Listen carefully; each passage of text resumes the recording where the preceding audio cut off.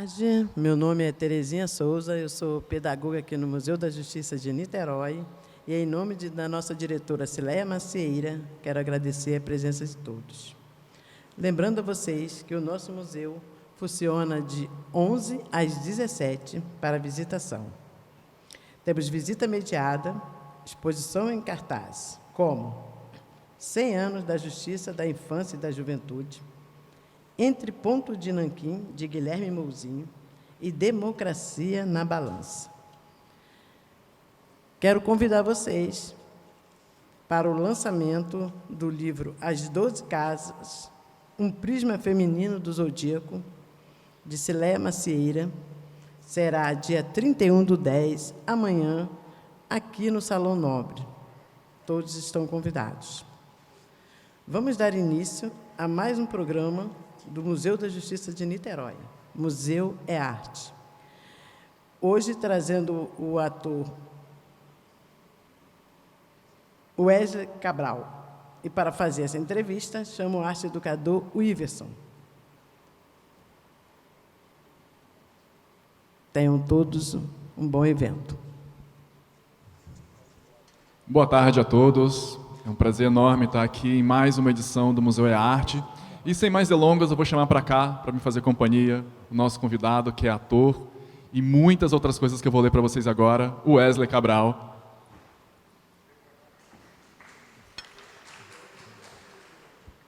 Seja bem-vindo, Wesley. Eu vou ler a sua bio, para as pessoas poderem te conhecer um pouquinho. Boa tarde, obrigado. O Wesley Cabral é ator, palhaço, diretor e professor de teatro. Formado em atuação cênica pela Unirio, técnico em artes dramáticas pela EMARTE, iniciou no teatro em setembro de 2009 no curso livre de teatro em Campos dos Goytacazes, sua cidade natal.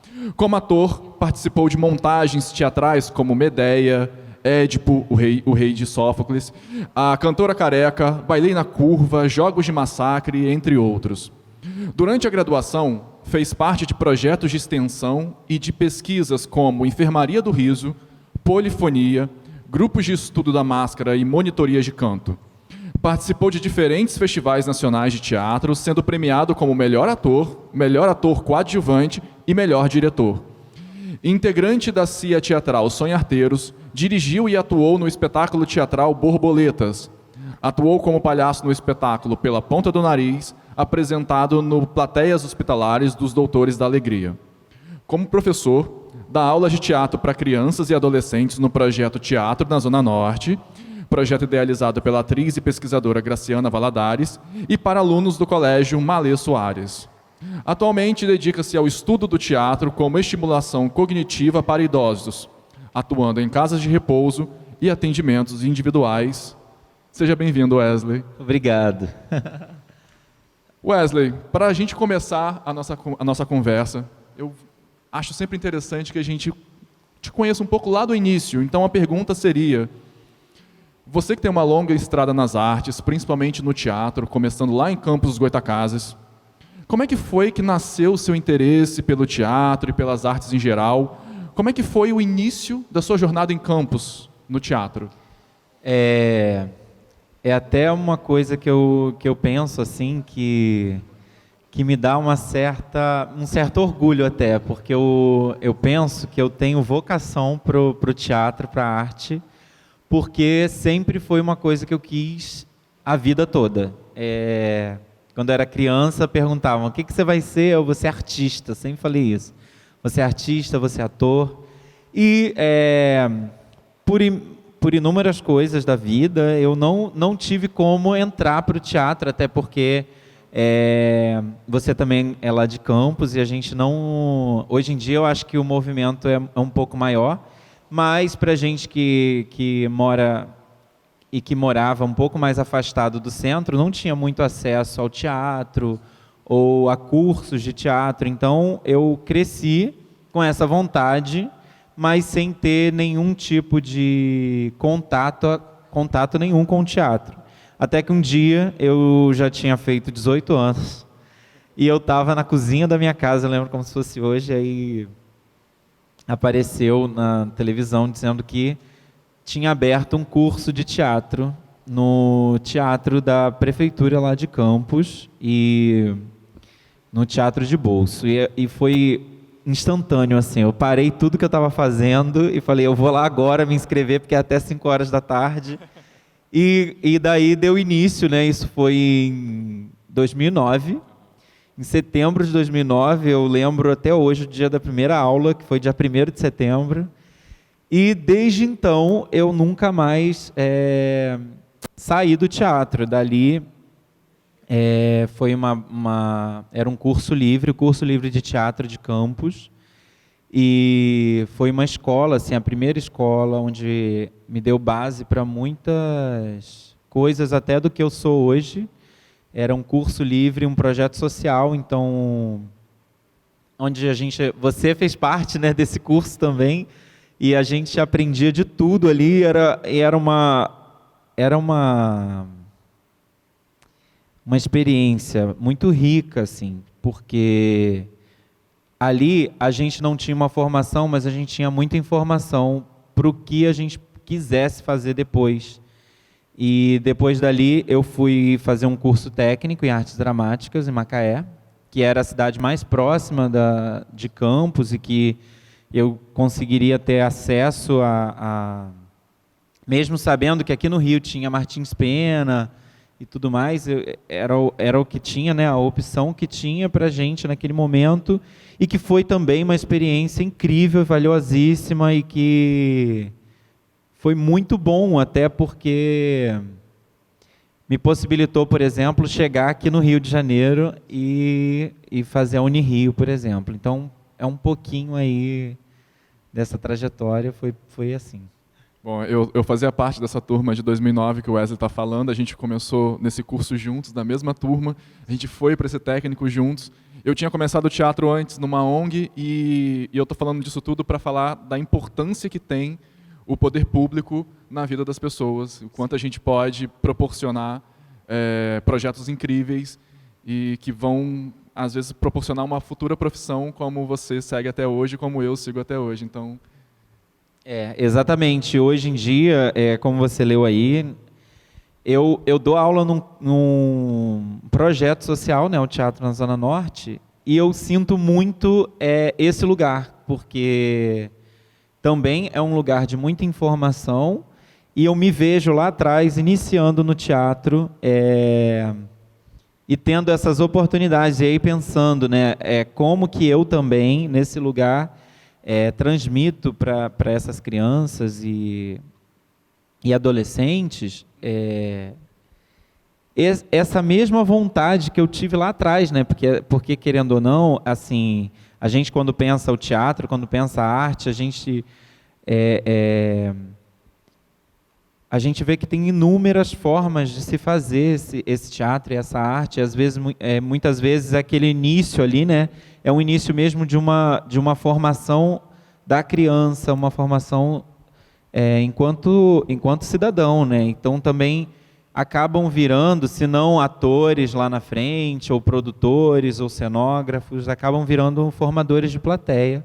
Então, pensar isso também, passar essa paixão pelo teatro que eu tenho, passar essa vontade de fazer arte para eles, para mim é gratificante, assim, não só para eles nesse projeto social, mas também para todos os alunos que eu tenho dado aula hoje, assim. Eu acho que você tocou num ponto essencial, assim, porque muita gente fala e entra no teatro esperando a fama, né? E eu acho que quando você fala sobre a formação do cidadão, independente se você vai seguir carreira ou não no teatro, eu sempre falo, o teatro, todo mundo deveria fazer o teatro, porque ela ajuda a gente a refletir a nossa sociedade e a nos autoconhecer. Então, enfim, eu sou um pouco suspeito para falar, acho que você também, mas acho que é isso que a gente tenta, enquanto professor, também passar para os nossos alunos. Agora eu vou entrar numa outra arte. O Wesley é o palhaço serenato, ele estuda palhaçaria, e você teve a oportunidade de atuar se apresentando em hospitais com o projeto Enfermaria do Riso e também no espetáculo Pela Ponta do Nariz, apresentado nos plateias hospitalares dos Doutores da Alegria, que eu já tinha lido aqui na sua bio. Como é que foi essa experiência de apresentar como palhaço em hospital? Foi uma experiência mágica, assim, até porque a palhaçaria ela entrou num lugar na minha vida que foi um pouco da recusa. As pessoas, na faculdade, alguns professores falavam: nossa, mas você tem tudo para ser palhaço, tem uma coisa que é um pouco... É grandão, mas ao mesmo tempo é leve. Aí eu pensava assim, não, eu não vou ser palhaço. Achava... E aí, dentro da universidade, eu tive a oportunidade de participar de um grupo de estudos da Máscaras e também do programa Enfermaria do Riso, que é um programa de palhaços de hospital, onde a gente estuda, além da palhaçaria, né, a gente atua em hospitais, na verdade no Hospital Federal Gafreguili, e ali foi o início do serenato do meu palhaço. E como formação, eu fiz a peça Pela Ponta do Nariz, com outros palhaços também incríveis. E a gente passou para plateias hospitalares. E tem uma coisa curiosa que, antes do teatro, eu me formei técnico em enfermagem no ensino médio. Então, eu já saí do ensino médio como técnico de enfermagem e já tinha trabalhado em hospitais e tudo mais. Inclusive, não só em hospitais, mas também cuidando de idosos. E era o que me mantinha também, paralelamente ao teatro. E eu entrar num hospital, num local hospitalar, com um outro olhar, podendo ter um olhar um pouco mais artístico, fez toda a diferença, assim. Fez diferença, inclusive, para a minha trajetória hoje. Porque é uma outra forma de cuidar. Eu sempre entrei no hospital para cuidar dos pacientes, de uma forma mais técnica, mas comecei a ver também que a arte também é cuidar. Então, a gente via ali, atuava muito mais com crianças, né, na parte da pediatria do hospital, e no plateias hospitalares a gente acabava transitando por todas as áreas do hospital, então tanto na área das crianças quanto dos adultos. E a gente percebe que muitas vezes aqueles pacientes estão ali se sentindo sozinhos muitas vezes, ou com uma dor que a gente não vai conseguir sanar naquele momento, mas que por um instante que o palhaço ele entra e transforma aquele espaço, aquela dor pode ter por aquele momento passado, ou muitas vezes a gente recebia um feedback de que uma criança estava passando por uma situação e estava com depressão, por exemplo, no hospital, por estarem internados há muito tempo, e a gente chega lá e eles se transformam, e a gente recebe esse feedback de que, olha, vocês saíram e a criança ficou super animada, e durante a semana ficou perguntando, cadê vocês? Então, eu acho que é um retorno muito válido, assim, e conseguir juntar com a minha trajetória profissional foi, assim, incrível. Eu tenho muita admiração por esse projeto. E eu sempre fico pensando, e aí eu te faço essa pergunta como uma grande curiosidade que eu tenho. Para você, né, porque é sempre para a gente, né, a gente não tem, na arte é muito difícil a gente falar uma coisa como verdade absoluta. Quais têm sido as diferenças e semelhanças que você tem visto entre apresentar como palhaço no teatro, no hospital, na rua, em outros espaços? O que você tem encontrado assim?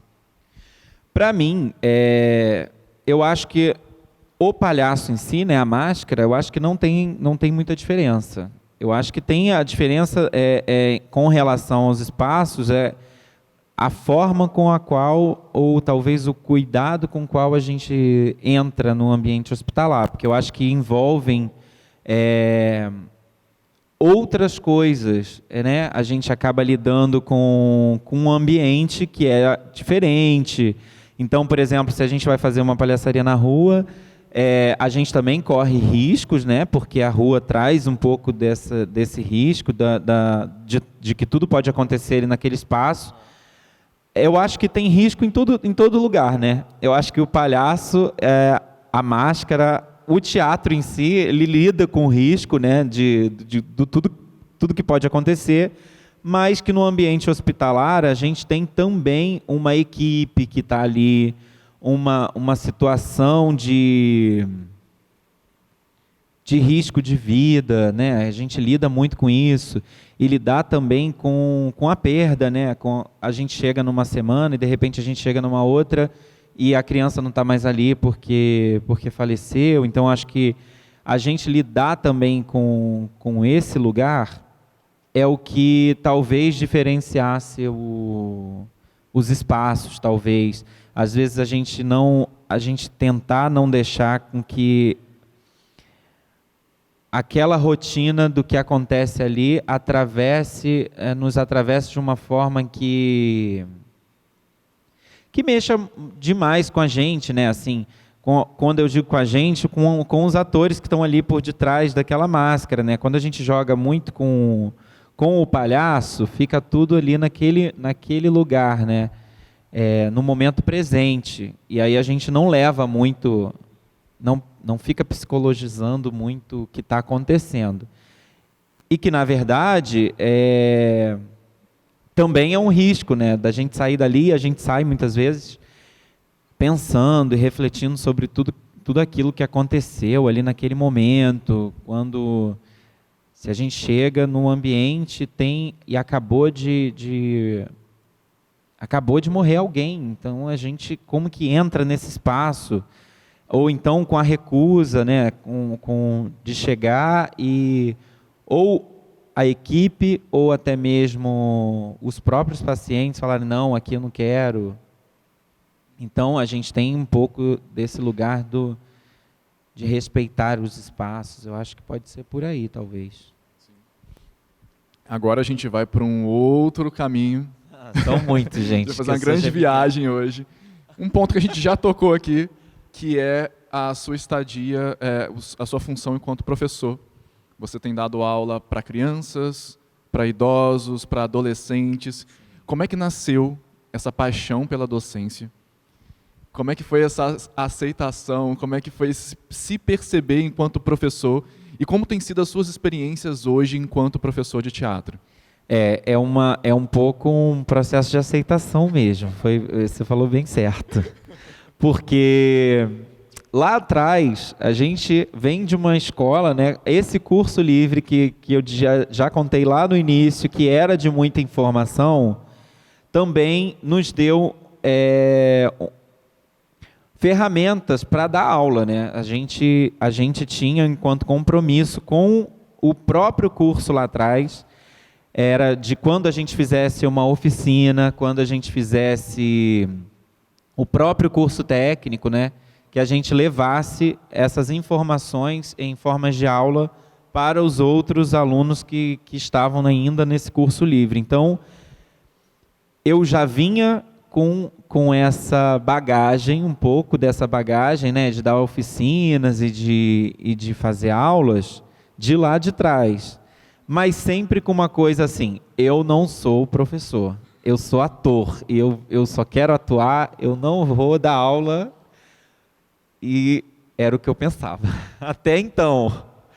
E foi entrando nesse processo de aceitação, porque foi virando uma coisa que eu percebi que eu gosto muito de fazer, assim, também, né? E que não anulava o fato de que eu era ator, de que eu sou ator, né? E que, inclusive, me faz aprender muito mais até, porque a criança, né? Não só a criança, o adolescente, principalmente o velho, o idoso. Tenho falado velho porque também é uma coisa que eu estou estudando muito, assim, sobre a gerontologia, e aí a gente, de repente, chega ali um momento, mas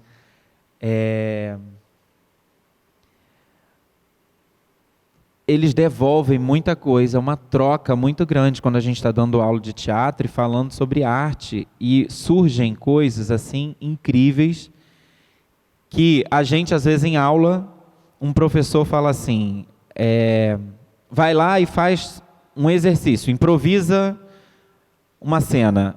a gente fica aqui pensando inúmeras coisas de como improvisar, porque a gente já está imbuído de vários saberes, de muitas formas, e o ego também e tudo mais, quando, na verdade, uma criança chega e faz, assim, uma cena que a gente levaria horas para poder construir. E isso é incrível, assim. Então, foi realmente esse processo de aceitação, porque eu fui me apaixonando por isso e querendo cada vez mais dar aula para... Eu tenho um certo apego assim, com os alunos, eu fico um pouco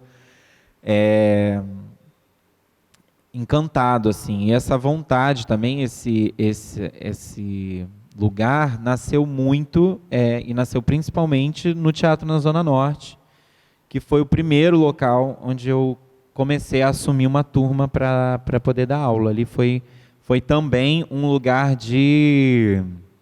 quase que um estágio, assim, e de muita troca também, inclusive com a Graciana Valadares. Que foi a nossa primeira convidada aqui no Olha Museu só, Arte. foi a primeira convidada, e ela como pedagoga também, a gente troca muito. Ela é uma das minhas amigas também, então...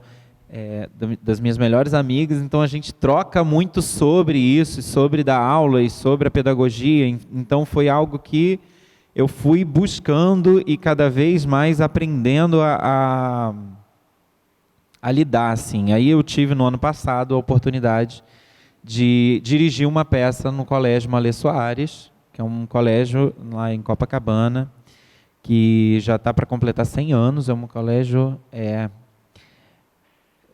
E eu fui convidado para ser, esse ano, professor da grade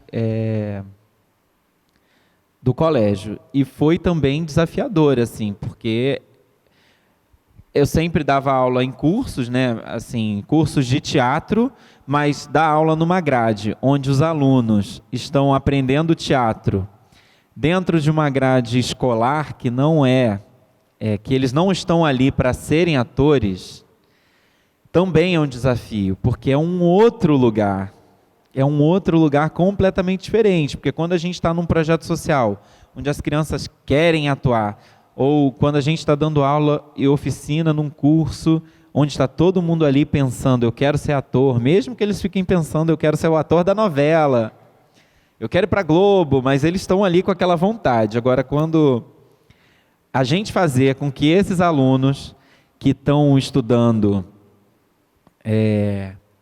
português, matemática, e no meio, assim, tem 50 minutos de teatro, como que eu faço com que essa aula de teatro seja interessante para eles e que seja também um momento de respiro para todas as outras disciplinas, sem também sair do que eu tenho do que está programado com a escola, né, com o colégio, assim, com a didática, né, com aquela coisa de dar nota e testes e tudo mais. Então é um desafio grande também, né, lidar com isso, assim, dar conta do diário. Realmente é desafiador. Você está com quantas turmas atualmente? No colégio, 3 turmas. 3 turmas, mas uma turma no Teatro na Zona Norte e também dou aula para os idosos. Eu trabalho atualmente em 3 casas de repouso e aí foi também um pouco... Tem sido assim um pouco de uma pesquisa que eu tenho feito assim a cada dia e descobrindo também como que eu sempre, depois que eu me formei, pensava muito nisso, né? E veio também muito da experiência com a enfermaria do riso também, que era como juntar o que eu já fazia, que eu, de alguma forma, eu mesmo que tenha sido jogado, ou mesmo que eu tenha caído dentro da área da saúde, de alguma forma eu já estava ali dentro. Então, e a arte era o que move tudo isso, porque sem fazer a arte, eu já percebi que eu não consigo ficar bem. Então, como que eu conseguiria unir tudo isso, né? E eu vi, eu tive foi na pandemia, né? Tive uma experiência que foi assim. Eu tô tentando não adiantar o assunto porque talvez você vai perguntar e aí depois você vai ficar sem. Mas, enfim, e aí tenho 3 turmas também, juntando aí são 3 casas de repouso. E aí mais 3 turmas de idosos. E aí depois eu explico mais ou menos como começou esse trabalho. Eu acho com que os você idosos. pode ir por aí, qualquer coisinha a gente... Então vai. pode ser. Então, Você que manda. E com os idosos foi algo que chegou na pandemia, porque antes da pandemia eu tinha acabado de me formar e falei, agora eu sou um ator formado pela Unirio, vou pegar meu currículo e vou fazer material, vou enviar para todos os testes possíveis e agora eu vou ser ator no Rio de Janeiro. E aí veio a pandemia, que me formei em dezembro de 2019 e 3, 4 meses depois tudo fechou. E nessa época eu estava trabalhando numa casa de festas tinha assumido também, tinha uma equipe na Casa X, que é um trabalho também muito legal, que fazia. E aí tudo parou. Não tinha mais trabalho nenhum, nem como ator. Os ensaios que eu tive parou e eu olhei, tinha que pagar a conta, e agora? O que eu faço? E o universo, Deus, ele já prepara tudo no tempo certo, assim. Um pouco antes, eu tinha conhecido uma senhora e foi incrível assim tudo que aconteceu, porque é a Marisa, eu sou apaixonado por ela, assim, porque ela tem, e ela estava descobrindo um processo de descobrir o Alzheimer, a família estava também, e eu tive a oportunidade de conhecer as filhas dela, trabalhar com as filhas dela, e aí em determinado momento elas falaram, Wesley, tinha mais proximidade com uma delas, ela falou, a minha mãe está em casa sozinha, a gente está na pandemia, e ela não aceita vir para a nossa casa, será que você também aproveitar essa coisa de você ser artista e também ser técnico de enfermagem, será que você não poderia ir dar um suporte? E o que a gente pensou que seriam 20 dias para chegar ali naquele espaço para cuidar, né, de uma outra forma, e seria algo que me traria uma renda no meio da pandemia, né? E o que seria 20 dias, assim, a pandemia se transformou numa coisa que virou 2 anos, e eu comecei a cuidar dela e ao mesmo tempo fazia jogos com ela e comecei a aproveitar os exercícios de teatro até como estimulação para ela, porque nesse período o Alzheimer ele foi chegando de uma outra forma também e foi avançando, então e aí, em um determinado momento, ela saiu da casa dela e foi para uma casa de repouso. E aí, quando eu cheguei nessa casa de repouso, continuei com ela fazendo as atividades, ia até lá e fazia com ela. E as outras idosas, elas se reuniam junto, ficavam junto ali, fazendo junto. E foi interessante que a dona de lá, ela com um olhar muito sensível, assim, chegou e falou, Wesley, eu acho que você deveria assumir aqui uma turma com elas e eu acho que vai dar super certo. Eu no início fiquei um pouco receoso, porque eu falei assim, né, como é que eu vou assumir 10 idosos para fazer essas atividades?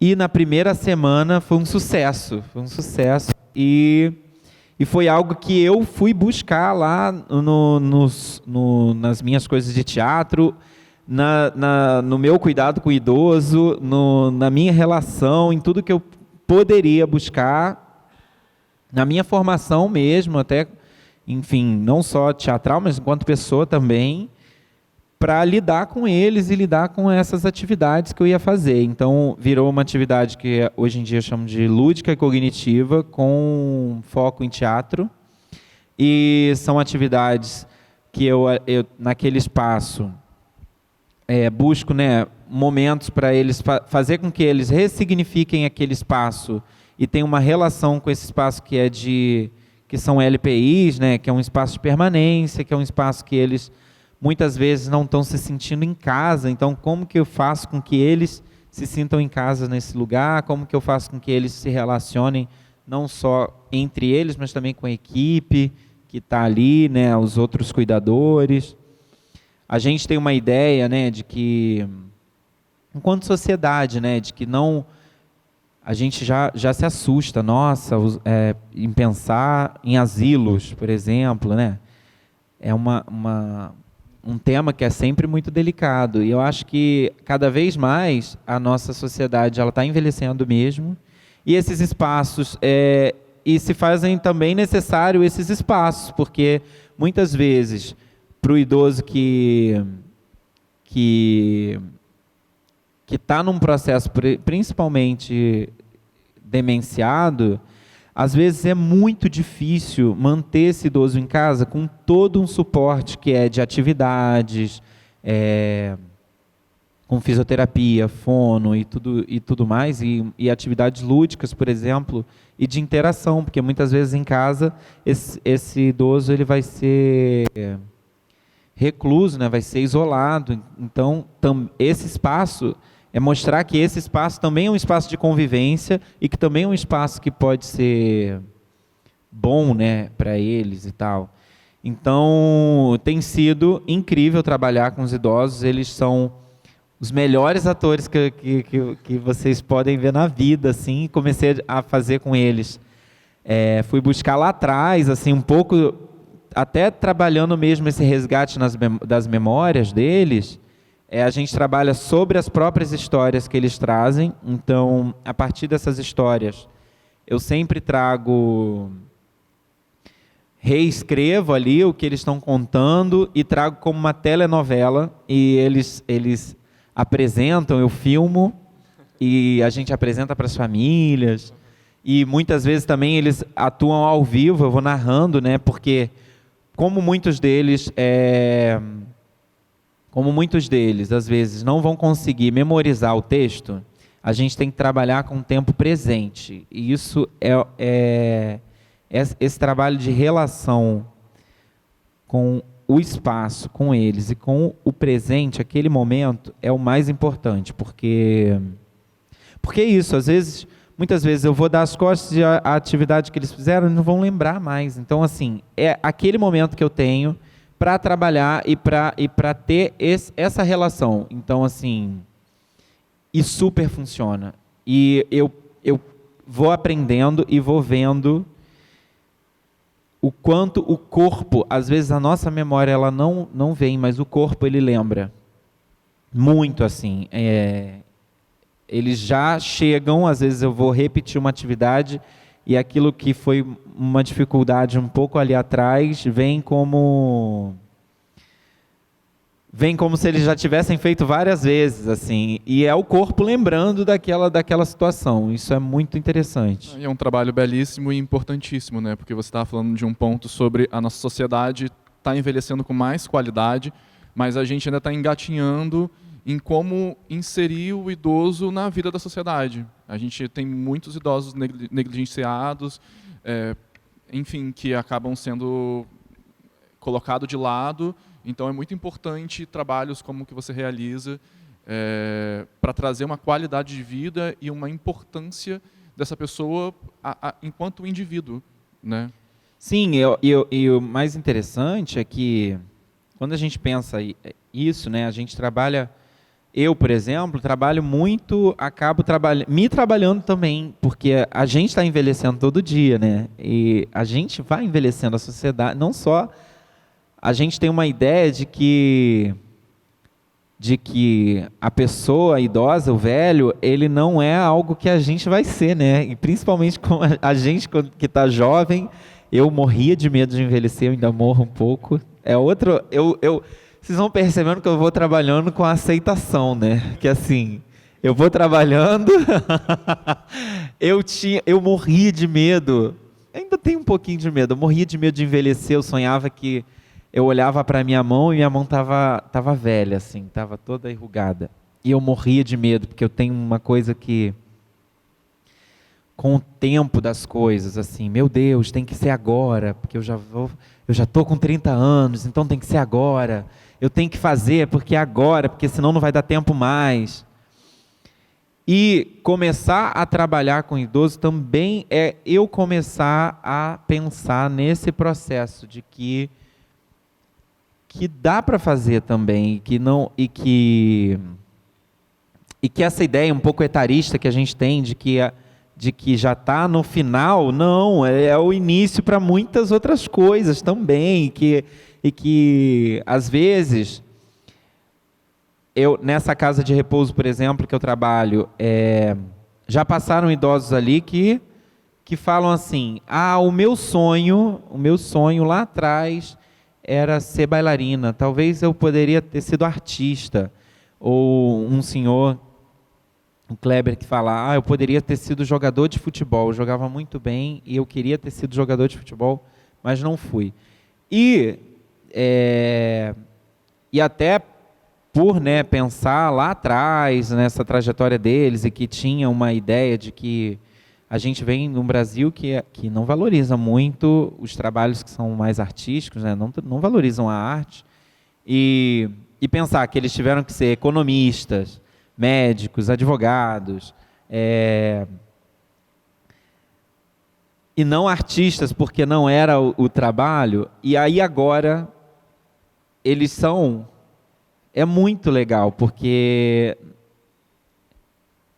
é o momento, sabe? É o presente, é o momento que eles têm, então não acabou, não é o fim.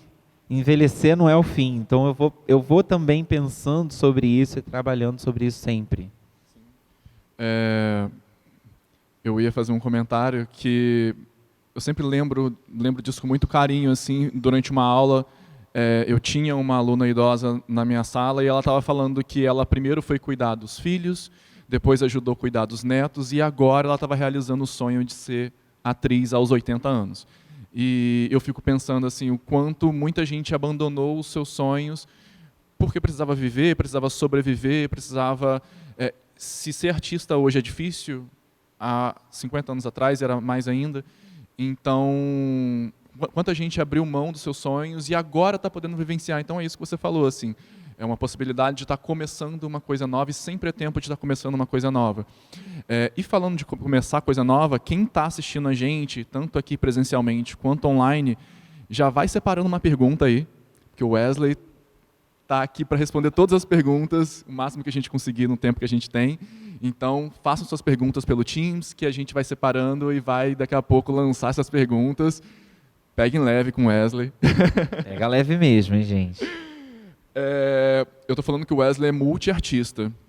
E ele tem muitas qualidades, muitas habilidades. E agora a gente vai para uma outra, porque o Wesley, ele é vocalista da banda Unicórnios Leguminosos.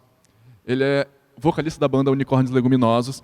E, Wesley, conta pra gente um pouquinho como é que tá os projetos dessa banda, enfim, o que você tem para contar pra gente sobre os unicórnios? Bom, gente, eu sou geminiano, eu faço muita coisa mesmo.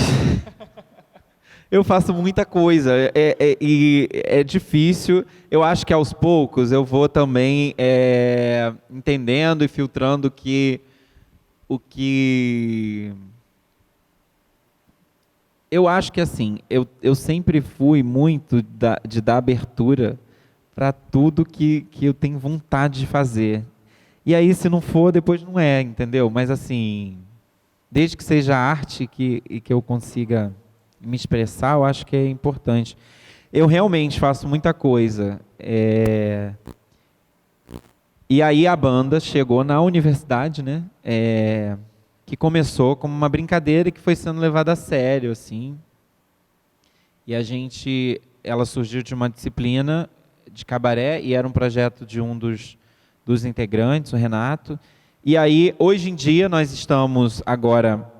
nós gravamos algumas músicas que a gente está no Spotify, Unicórnios Leguminosos, que no início é uma banda que é uma banda assim, meio performática, algo bem teatral, uma banda formada por atores, e a gente chegou como uma grande brincadeira, como eu falei, Era uma grande encenação de que nós éramos uma banda, um pouco uma crítica a essa ideia do show business e essas pessoas que são famosas e não olham para ninguém, não me toca. E a gente entrou nessa. E é interessante pensar num trabalho que a gente faz até em cena, que é de acreditar no que a gente está fazendo e a gente fazer com que o outro acredite. Porque nós não éramos uma banda, a gente estava ali brincando de ser, num primeiro momento na Unirio, e aí alguém chega e fala, olha só, tem um festival de bandas e eu estou querendo inscrever vocês. E no primeiro momento a gente assim, pegou a gente bem no momento que a gente estava lá no personagem, a gente é uma banda, nós já tocamos no Rock in Rio, Lollapalooza. Esse era um discurso da banda de que a gente era muito. E foi incrível, assim, porque a gente chegou para tocar num festival de bandas com músicos, com uma galera que estava lá empenhada, que estudava a música muito, assim, e a gente chegou, um bando de atores, todos coloridos, com legumes na cabeça, um com pepino, outro com cenoura, outro com... E a gente começou a cantar e dançar e tocar e ganhou o festival de bandas. E ganhou o festival de bandas. E aí depois a gente foi para o festival de bandas da UERJ, a gente foi ganhando todos os festivais e aí assim a gente foi ganhando gravação de música, gravação de clipe. E hoje em dia a gente tem uma conta lá no Spotify com uma música que tem mais de 100 mil ouvintes. Então... E aí, também na pandemia, a banda era uma banda grande, né, com 9 atores. Foi diminuindo. Hoje nós chegamos a ficar 4 vocalistas e depois 3. E agora a gente está num hiato porque nós 3 estamos fazendo outros projetos. Assim, a gente acaba tendo que ir dando conta. Então, até por isso que eu acabo parecendo fazer muita coisa, mas é porque sempre tem uma pausa aqui numa coisa, aí volta, retoma. Mas a gente tem umas músicas que já estão gravadas, que estão para ser lançadas, então que a qualquer momento o Unicórnios Leguminosos pode estar de volta, mas com um som um pouco mais pop, mais atual também, até as músicas também, as letras, e acredito que é isso. Não, e é super bacana falar do Unicórnios Leguminosos, porque o nome do seu personagem, qual que é mesmo? Wesley Cenourinha. Wesley Cenourinha é um barato em cena. Eu amo. E é muito legal porque tem uma brincadeira com humor também. Então tem a encenação de serem superstars, ao mesmo tempo que tem uma brincadeira com humor. E as letras são muito provocativas, divertidas, só escutando para saber, porque é uma experiência. As letras são muitas vezes críticas ao cotidiano mesmo, as coisas que acontecem no nosso cotidiano e trazendo também um pouco uma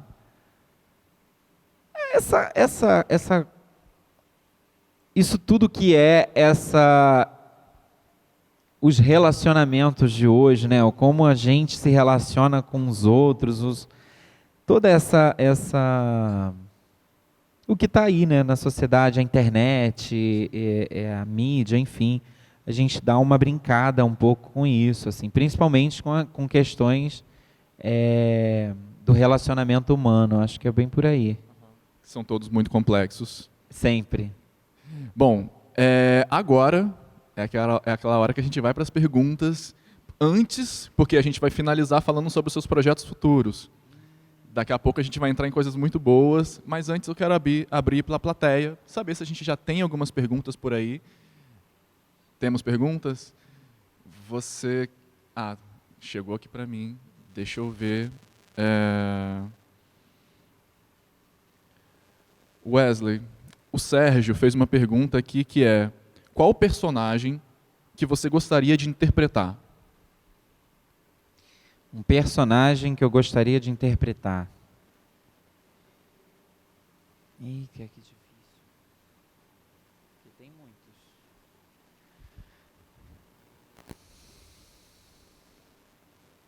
Eu acho assim, Tô pensando aqui, bem difícil, né? Pensar. Eu sempre fui, eu nunca fui muito. Eu acho que eu deveria ser um pouco mais. Ter um pouco mais de ambição com os meus personagens. Eu sempre tive pouca. Não Gente, pouca, mas é sempre assim. Eu gosto de atuar, então, assim, o personagem que vem, eu quero. Eu acho assim, às vezes o personagem é desse tamaninho e eu faço com que ele seja enorme. Mas eu acho que um protagonista sempre enche os olhos, né? Embora eu nem seja muito dos protagonistas, eu gosto mais dos personagens ali que dá pra gente brincar um pouco mais, mas assim, eu acho que talvez já sei.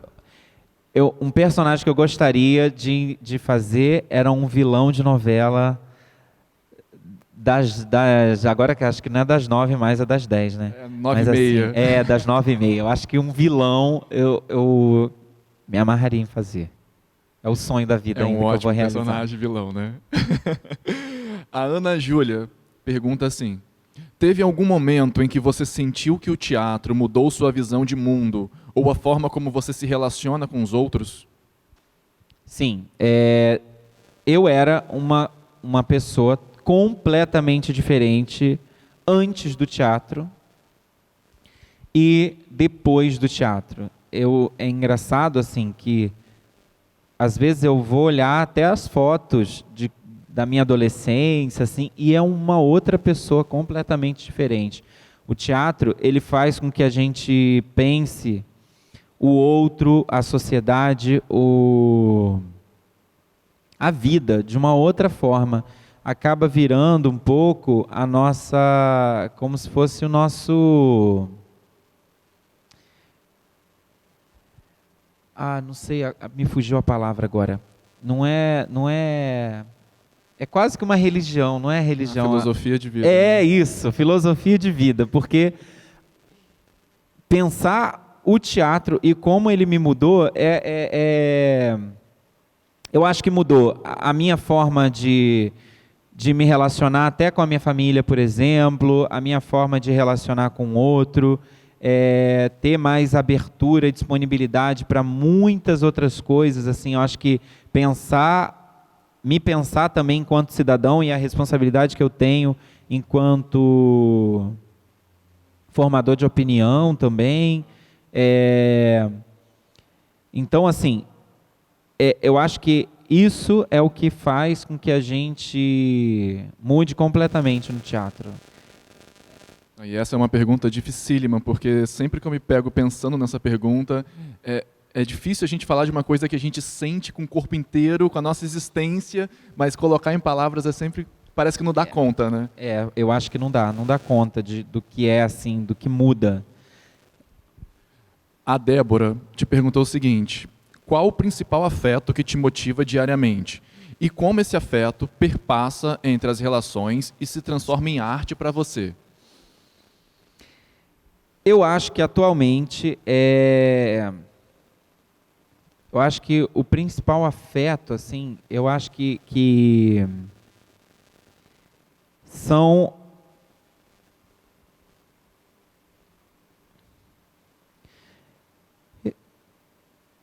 eu acho que atualmente esse lugar de afeto é porque mexe muito com a gente, né? Porque assim tem vários lugares. Eu, por exemplo, moro longe da minha família, que eles estão em Campos e eu tô aqui sozinho com amigos, mas família. Então, assim, o lugar de afeto é a saudade, é também esse lugar dos amigos. Ainda bem que eu sou uma pessoa que eu me fiz e dou graças a Deus também. Deus sempre coloca pessoas maravilhosas no meu caminho, então meus amigos são como irmãos, então tem esse lugar. Essa devolução também com a qual os alunos e principalmente hoje em dia os idosos eles me dão também, é um lugar de afeto que eu transformo em arte. E tem um afeto que é um pouco meu também, que é o lugar do meu sonho, que me move, sabe? Esses sonhos eu pensar um pouco quais são esses meus objetivos, esses meus sonhos, e do que me faz ter muita vontade, assim, eu acho que cada vez mais a gente tenta, né, pensar o tempo presente e agir agora para não ficar pensando nem muito no futuro, nem muito lá no passado, mas pensar no que eu quero também lá na frente me move muito, assim. Wesley, a Conceição pergunta, entre atuar, dar aula e cantar, o que mais te encanta?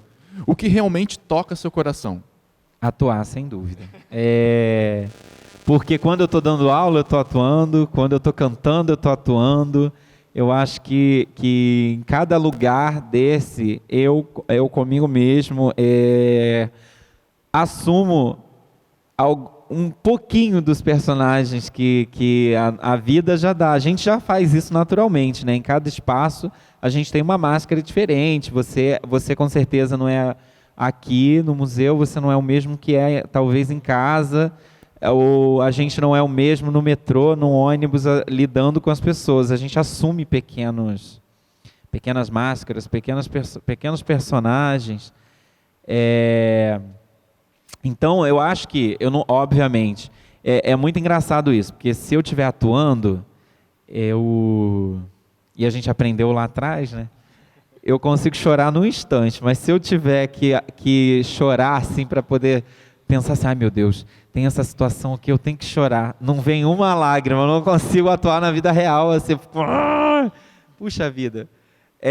Mas a gente acaba assumindo, então atuar para mim é o principal, é o que me move mesmo, o teatro é o norte. A gente tem uma pergunta da Beatriz. A Beatriz pergunta, a Beatriz está aqui presente, mas ela já anotou aqui para mim. Wesley, quais as diferenças e desafios que você sente ao trabalhar solo, entre aspas, como palhaço ou professor, por exemplo, e ao trabalhar em grupos com outros artistas, como na experiência que você tem com a sua banda? Bom, eu acho que os dois têm as suas dificuldades. O trabalhar sozinho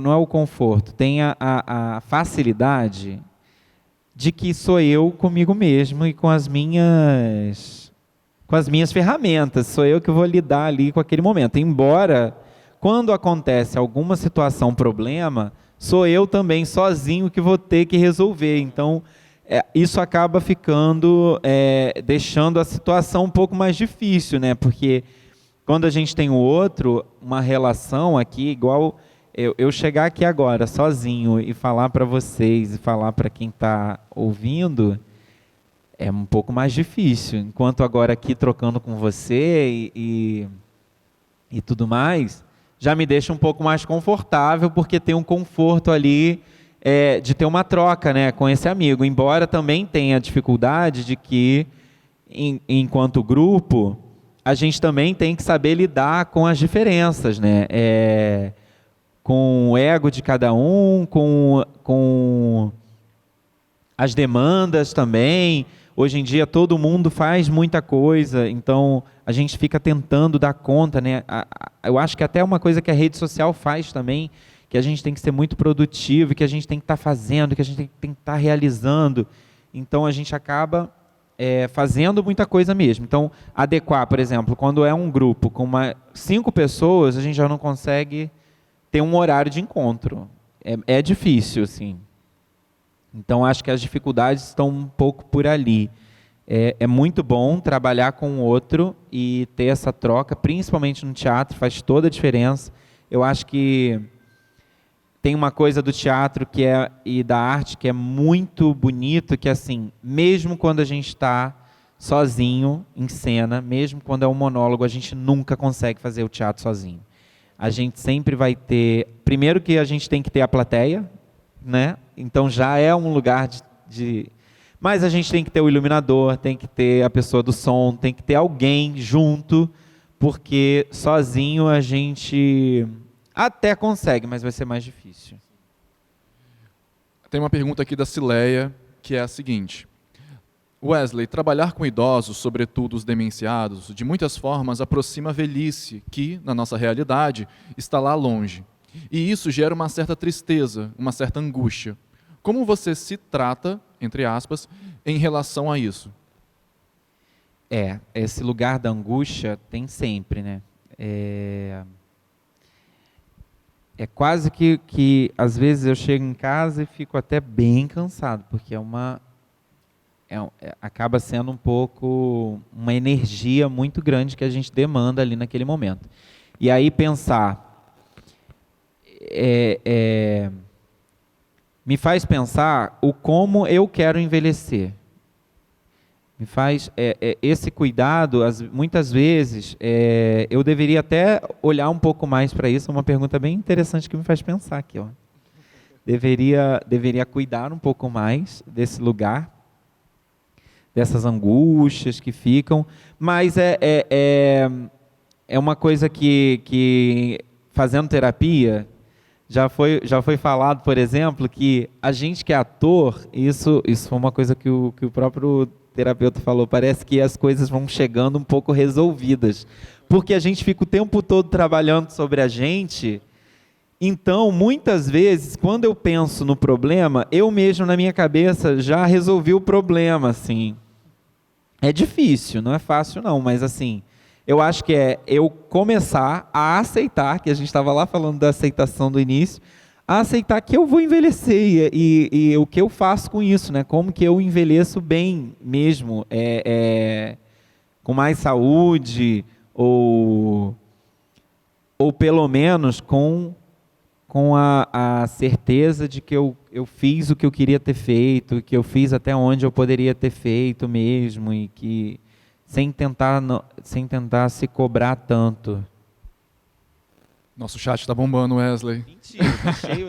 A gente tem uma pergunta aqui agora da Francis Lane, que é a seguinte: como nasceu essa sua vontade em ser artista e quais foram os seus maiores obstáculos encontrados nessa sua trajetória?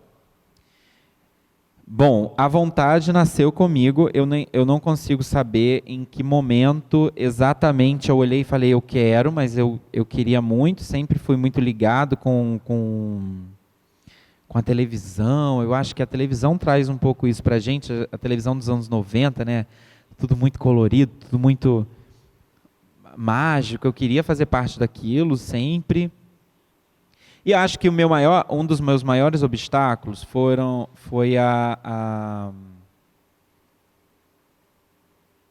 talvez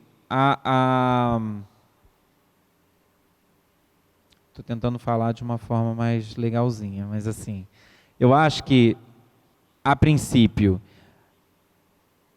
o quanto ser artista, né, é para a sociedade, eu acho que essa foi uma barreira da qual eu tive que enfrentar, até em casa, por exemplo, que não era uma coisa que orgulhava os meus pais, por exemplo.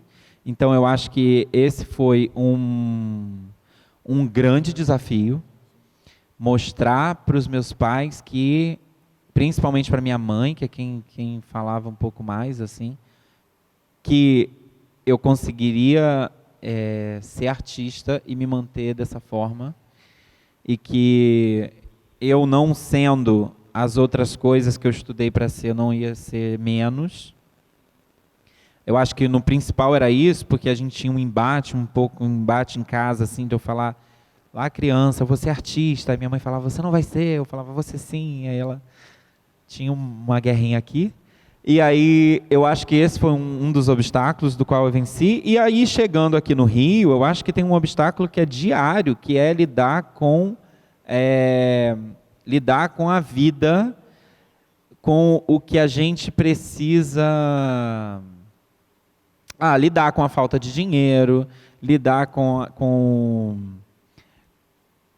a ideia, né, de que fazer teatro não depende só de mim, que isso é muito difícil também. Eu, quando me formei técnico em enfermagem, por exemplo, se eu coloco meu currículo em qualquer outro lugar e se eu tenho uma experiência tal e se eu tenho uma indicação tal, as pessoas conseguem me contratar, eu consigo trabalho rápido. Agora, para eu ser ator, eu tenho que fazer um material e aí eu tenho que depender de que você vai gostar de mim ou que tem alguma coisa mágica aí na sua cabeça que vai fazer com que você me contrate é muito difícil. Então, acho que também lidar com isso é difícil demais, né? A gente ter que lidar com a aprovação do outro e aí, no meio disso, você tem que estar super bem e tem que estar bonito e tem que estar lindo, maravilhoso e atuando super bem, mas também tem que lidar com a correria da vida, tem que pagar conta e tem que, como por exemplo a gente para fazer faculdade, né? Eu tenho que trabalhar a noite inteira, às vezes como garçom, e ficar extremamente cansado e no outro dia estar rindo e sorridente e mostrando no Instagram que eu estou perfeito, sendo que não é a realidade, né? Assim, eu acho que esses são os maiores desafios. É como se manter pleno e presente para fazer a arte com tanta demanda que a gente tem e com tanta desvalorização do que é a arte no Brasil. E depois disso tudo, tem gente que ainda acha que se você não está na Globo, você não é artista. Exatamente. Ainda tem essa questão. Ainda tem esse desafio também, chegar no almoço, na família e falar, e aí, quando é que você vai estar na Globo? E assim... Pois é. O Wesley, o Paulo te faz uma pergunta que é a seguinte. De todas as atuações que você já teve, qual foi a que mais te marcou? Essa boa. Pergunta eu queria te fazer, estava aqui anotado. Mentira, Paulo olha está me representando aqui. Olha, a que mais me marcou foi fazer Não, peraí. Tiveram várias que me marcaram. Eu acho que fazer o Martin, da Cantora Careca, me marcou muito, porque foi um personagem que eu ganhei vários prêmios pela atuação. Eu acho que me marcou nesse lugar. Mas tem um personagem que me marcou ainda mais, que é o Arthur, no Alex, o Rei da Floresta. Foi uma peça que eu fiz lá, eu acho que foi a primeira peça profissional, de fato, que eu fiz lá atrás, no início, assim, no início de tudo. Que era um esquilo. Era um personagem de uma peça infantil, que era um esquilo. Eu também ganhei prêmio com esse personagem, mas assim, eu acho que me marcou muito, me marcou muito. Eu vim atualmente, a gente entra nesse fluxo, né, de um teatro um pouco mais contemporâneo, que a gente não faz mais personagens, né? Isso é muito difícil até. Eu fico querendo muito fazer personagens e deixar de atuar um pouco eu, né? Só eu. Então, até por isso, não tenho muitas referências do atual, mas foram personagens que me marcaram, assim, que eu gostaria até de fazer de novo em algum outro momento. Bom, uma última pergunta aqui da Bianca. O que significa sucesso para você no teatro e quais são os elementos que considera essenciais para alcançá-lo em sua carreira? Para mim, sucesso é quando a gente está feliz, seja com o que a gente estiver fazendo. Eu acho que essa ideia, né, eu demorei um pouco para entender esse lugar. A gente fica no teatro com uma ideia de que a gente fica esperando que aconteça alguma coisa, né? Quando que eu vou acontecer enquanto artista? Quando que eu vou acontecer enquanto ator? E teve um dia que eu sentado assim, foi quase que um choquinho assim na minha cabeça, que foi, peraí, o sonho de criança era ser ator. Eu já tenho 2 diplomas. O que mais que eu quero para pensar e para acreditar que eu sou ator, né? Será que eu preciso mesmo? Que é ter sucesso, né? De verdade. E eu acho que sucesso é eu me sentir realizado com o que eu estou fazendo, de fato, né? Assim, eu olhar seja para o que eu estiver fazendo, olhar, por exemplo, nesse caso, né, para dar aula e ver que os alunos estão felizes. Quando eu chego para dar aula numa casa de repouso e E as idosas não me esqueceram, sabem meu nome, e eu vejo, e não só isso, eu percebo que algo mudou e melhorou muito e que a atividade está fazendo a diferença. Eu acho que isso são pequenos sucessos que a gente tem ao longo do nosso trabalho, assim. Enfim, acho que é isso. Bom, chegou uma pergunta aqui que eu acho que você já começou a respondê-la, que é uma pergunta da Viviane, que ela pergunta qual o seu maior sonho. O meu maior sonho, atualmente, é conseguir viver de arte, mas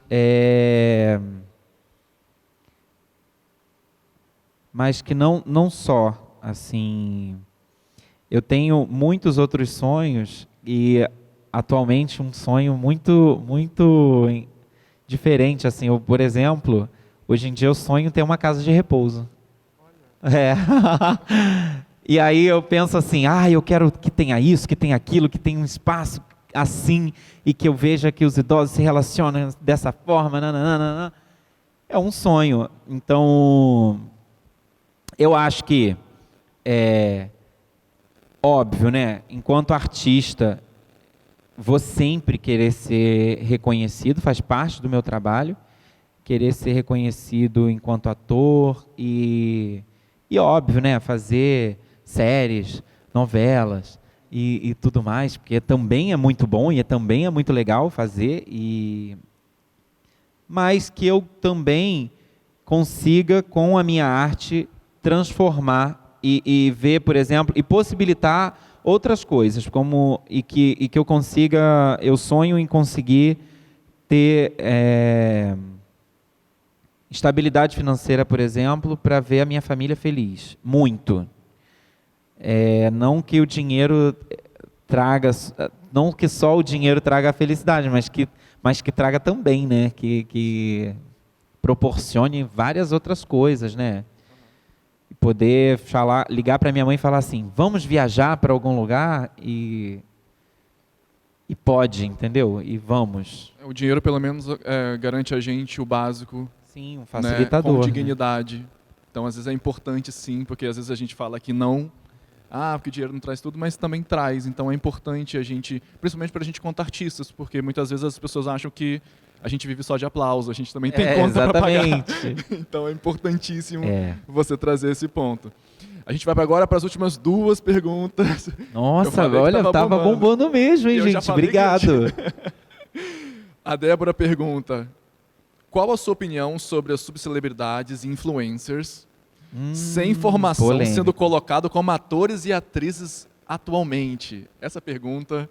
Gente, estão querendo... Eu fico um pouco indignado, mas, assim... ultimamente eu tenho tentado me energizar, assim, ficar pensando leve, para deixar o negócio fluir e não atravancar meus caminhos, porque eu roguei pro outro. Mas é um absurdo sem tamanho, porque a gente estuda muito, é um investimento enorme, né? É como eu falei no início, assim, de uma vocação e de passar por tantas coisas que a gente passa e não desistir, porque faz parte da nossa vida. E aí é óbvio que as pessoas não vão deixar de aproveitar as oportunidades que aparecem para elas também, né? Nesse lugar dos influenciadores. Mas, por exemplo, fazer com que nós, artistas, que já temos que dar conta de 1 milhão de outras coisas, como eu já falei, e de dar conta de uma vida que é não só artística, mas que de uma vida que a gente tem que ser profissional até de outras áreas para poder se manter, a gente tem que dar conta de rede social e de ser também influenciador. E aí a gente vai fazer um teste, eles perguntam quantos seguidores você tem. Isso é muito difícil, porque eles poderiam perguntar para a gente sobre o nosso currículo, e não é isso que é interessante. Uma coisa que tem me irritado muito ultimamente, eu nunca tinha sido agenciado, nunca tinha feito parte de nenhuma agência. E E aí preparei meu material e entrei para uma agência. E eles têm um grupo onde eles colocam várias oportunidades que vão surgindo. E nenhuma é para ator. Eles falam assim: queremos um atleta, nadador, para fazer comercial tal. Queremos um pai de família que tenha 3 filhos. Queremos esses dias era uma coisa assim: queremos um homem que tenha um nome Reinaldo. Aí assim, meu Deus do céu, eu estudei tanto para isso. E aí é um pouco frustrante mesmo, porque eu não me encaixo em nenhum perfil porque eu não sou nenhuma daquelas outras coisas. Sendo que se eles pensassem que eu sou ator, eu conseguiria ser todas essas outras coisas, seria muito mais fácil. Inclusive estão lá buscando ainda um tenista que eles não encontraram. Toda hora eles botam assim: ainda não encontramos.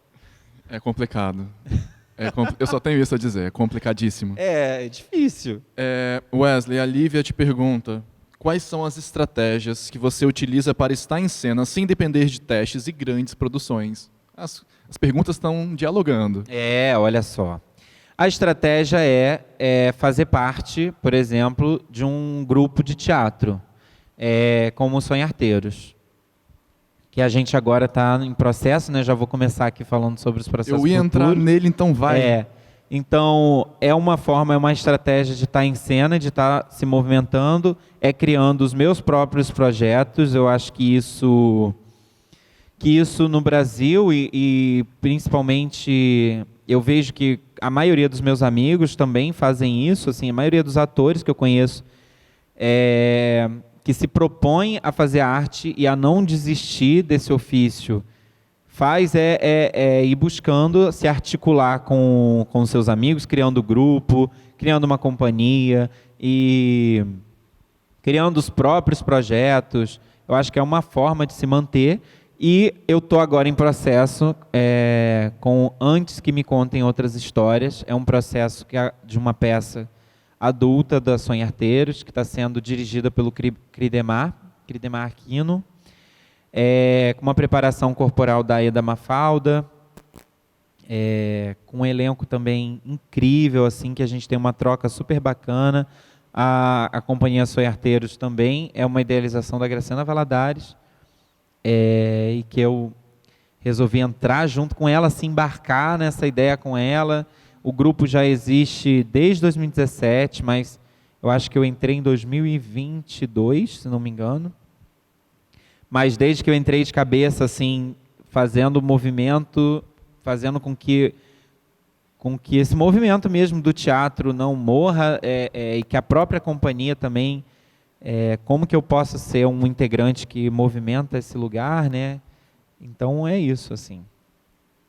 Então, a gente vai poder te assistir futuramente. Quando estreia?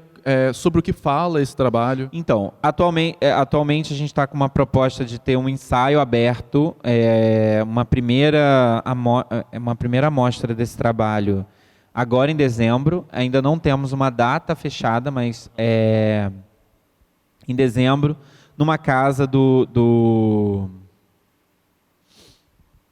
Ai, meu Deus, fugiu o nome do moço. Daqui a pouco lembra.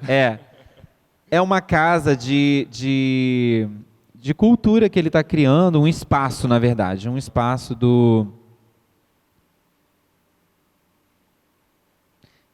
Meu Deus. Daqui a pouco vai vir. Vai vir o nome aqui, que eu não sei como que o nome dele fugiu da minha cabeça, mas fugiu agora. E a gente vai apresentar nesse espaço, um espaço que a gente está ensaiando e também com a proposta de apresentar lá. Eu vou lembrar ainda o nome, não esqueci. Enquanto o nome vai chegando, importante. Ele vai vindo. Você também vai estrear daqui a pouco. Justino. Do então, Justino. O Espaço do Justino ainda... Como é que é o nome da peça? Antes que me contem outras histórias. É uma peça que fala sobre trajetórias, sobre territórios também, e sobre a presença do corpo negro em cena, e toda a... e os elementos. A gente trabalha muito a partir também, tem surgido as propostas a partir de danças populares, a gente está ensaiando jongo com a Aeda Mafalda, jongo, maracatu, coco.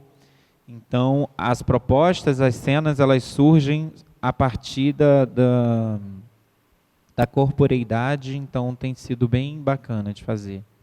E além do espetáculo, o Wesley também estará em breve nas telinhas ou telonas, porque o Wesley compõe o elenco da série Ouro Azul, que acabou de tá participando do Rio Web Festival. Isso. Né? Com 2 episódios, estão com 11 indicações. 11 indicações. 11 indicações no Festival de Séries do Rio de Janeiro. E aí conta um pouquinho pra gente sobre o Ouro Azul. Então, esse é um processo que está sendo incrível de fazer. Eu acho que é o primeiro trabalho, de fato, audiovisual.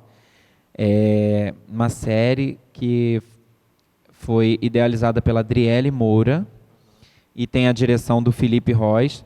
E estão com uma galera assim, incrível, muito competente, com um olhar super sensível. O elenco também tem uma troca muito, muito linda. E surge, inclusive, de uma peça, trabalho de conclusão da Adriele na Unirio, e ela roteirizou esse espetáculo e que conta um pouco da história dela, da história dos avós dela.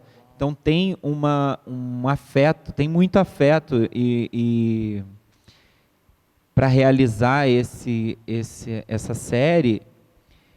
E é incrível como ela consegue passar para a gente esse lugar de afeto, de família, e de história, e de resgate também dessas histórias, e que faz com que a gente queira muito fazer. Eu estou fazendo um personagem lá, que é o Chico, ele usa esse bigodinho aqui.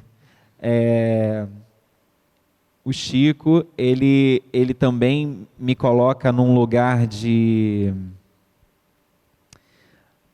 aí de transição, assim, porque ele é um personagem que faz parte do núcleo dos mocinhos, mas ele não é tão mocinho assim. Ele é um pouco malicioso ali, está um pouco infiltrado. Chega a ser mexe, vilão? Sem spoilers, mas chega a ser vilão? Chega a ser um vilãozinho.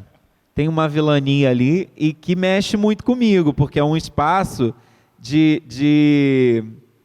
tem uma dualidade nele, que é entre o afeto com aquelas pessoas, que é a família dele, né? E o desejo, o sonho desse personagem, que é sair desse lugar. Eles vivem num lugar que é como se fosse um sítio, um rancho mesmo. Ali eles moram nesse lugar um pouco mais afastado, e ele quer sair desse lugar, ele quer crescer, quer ser mais. Então ele está fazendo de tudo para conseguir, inclusive trair a própria família e os amigos. Então acho que é uma coisa que mexe muito. E por surpresa, só para terminar, a gente se inscreveu no Web Festival, no Rio Web Festival, e tivemos 11 indicações de melhor série de drama, o cast de atores, iluminação, enfim, várias fotografia. Acho que tem mais outras aí que eu não estou agora lembrando aqui, mas foi uma surpresa e com um pouco uma intuiçãozinha de que a gente sabia que ia ser assim, porque está um trabalho bem bonito e vai estrear no ano que vem, 2025. E só traduzindo para quem não conhece, casting de atores são todos os atores que compõem a obra. Então é um elenco maravilhoso. Maravilhoso, incrível o elenco, assim. A troca é incrível. Wesley, as perguntas não param. Mentira, tem mais? Olha, a gente está com um tempo justíssimo, então vou fazer essas últimas 2 perguntas. Já vou dar o celular aqui para a Beatriz para não, Tá bem. para não correr o risco. E vou tentar já fazer as 2 perguntas de vez e você responde elas, que é a seguinte: é uma pergunta da Bianca, onde ela pergunta: como você se sente em relação à valorização dos trabalhos dos atores de teatro em comparação com os atores de televisão? Então essa é a pergunta da Bianca. E a pergunta da Luísa, que é: o que te motivou a continuar em momentos que você quase desistiu? Você sempre acreditou que conseguiria chegar onde você está hoje?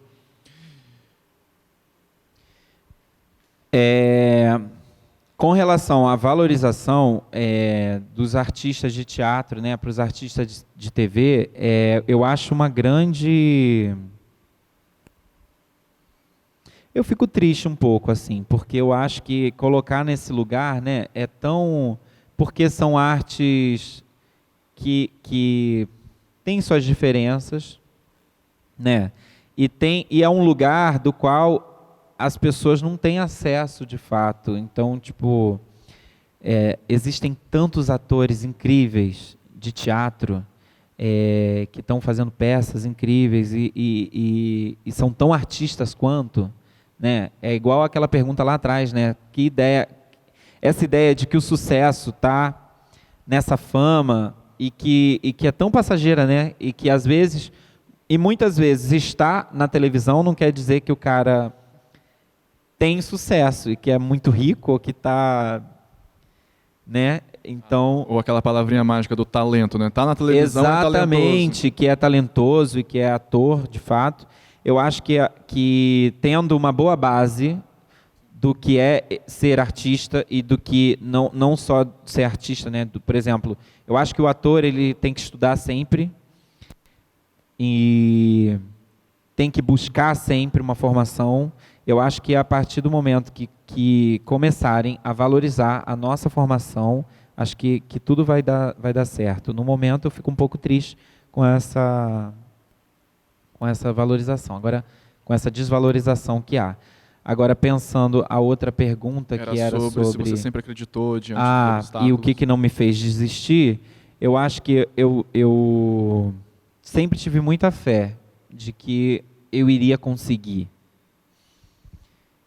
Desistir nunca teve na minha cabeça. Eu acho que em alguns momentos a gente se frustra, né? A gente fica triste, fica mal. Já tive momentos em que eu fico com raiva até, mas eu sempre penso, eu acho que o que me faz não desistir é o pensar que não vou desistir mesmo, que não tem espaço para essa desistência.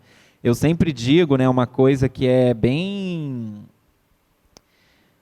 assusta às vezes as pessoas quando falo, porque eu digo assim, se um dia eu desistir mesmo e não for mais artista, não for ator, todo mundo vai saber que eu vou viver o resto da vida frustrado. Eu não vou mesmo, eu vou chegar e vou falar assim, gente, a partir de hoje eu vou aceitar que por mais eu posso ser rico quando for, posso ter milhões, mas eu agora não sou mais artista e vou viver frustrado pro resto da minha vida. Vai ser isso, porque não tem outra possibilidade que seja desistência. A pandemia mostrou que eu não consigo ficar sem fazer arte. A gente ficou muito tempo, né? E é uma coisa que vai me dando uma angústia muito grande que não, eu sei que não vai dar certo. Então, desistir nunca teve na cabeça. Wesley, muito obrigado pela sua participação aqui. Que conversa deliciosa. Acho que isso explica um pouco sobre o quanto, quando a gente para conversar, as nossas conversas duram horas e horas, a gente ficaria aqui muito mais tempo, mas sabemos que os celulares já devem estar acabando com a bateria. Então, você gostaria de falar mais alguma coisa? Onde as pessoas podem te acompanhar? Enfim... primeiramente, eu gostaria de agradecer o convite, agradecer a todo mundo aqui, agradecer pela presença, pela escuta, agradecer aos que estão online pelas perguntas e por estarem junto, né, aqui junto com a gente nesse momento. Agradecer ao Museu da Justiça aqui de Niterói e parabenizar pela iniciativa desse projeto, que pensar esse espaço com arte é importante. Eu acho que, né, a gente pensa, né, o nome Museu da Justiça, a gente sabe que museu é um lugar de arte mesmo, mas que quando a gente vê a palavra justiça é tão forte, né, assim, tão dura, E pensar esse Museu da Justiça com arte é lindo. Então, assim, parabéns pela iniciativa de vocês.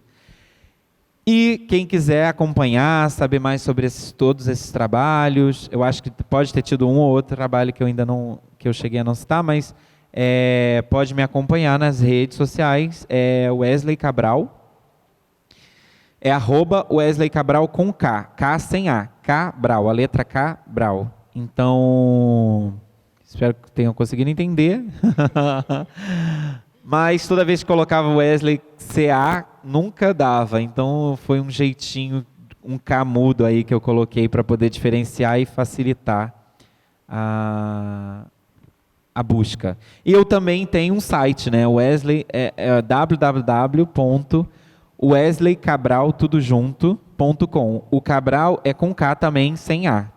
wesleycabral.com. Também tem os meus trabalhos lá, tem um pouco do meu portfólio, currículo e tudo mais.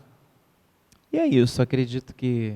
Bom, chegou o momento aqui que eu te entrego um certificado de participação, como uma forma de agradecimento da nossa equipe, pela sua presença aqui com a gente. A gente faz uma foto agora ou faz uma foto depois? Você abre. Olha só, gente, que lindo.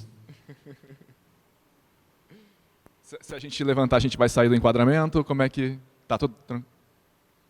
Vou botar aqui por enquanto. A gente se aproxima aqui.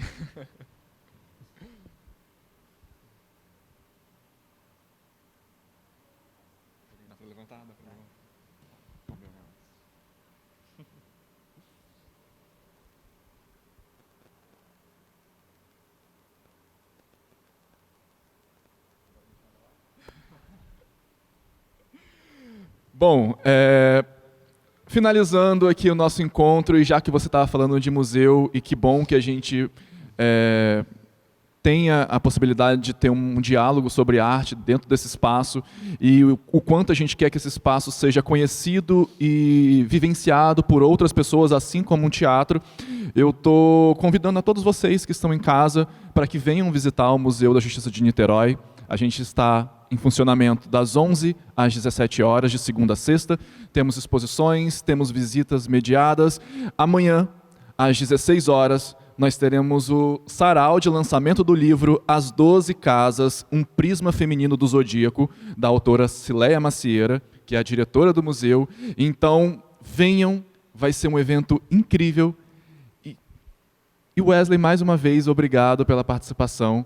A gente agradece a presença de todos vocês que ficaram com a gente até agora, aqui presencialmente e também online nas suas casas. Em breve, nós anunciaremos a próxima edição do Museu é Arte. Muito obrigado a todos. Eu queria falar uma coisinha, posso rapidamente? Claro. Porque eu prometi para os meus alunos, eu vou sair daqui hoje, eu vou dar uma aula. E aí eles falaram assim, a gente vai assistir, fala o nosso nome. Então eu queria mandar um beijo para eles, para a Jordana, para o Nicolas, para a Ana Júlia, para Fernanda, para o Rafael Damasceno e para a Alice. Beijo, amo vocês. Até daqui a pouco. Bom, então, em nome da nossa diretora, a gente agradece a presença de todos vocês. Até o próximo Museu é Arte. Tchau, tchau.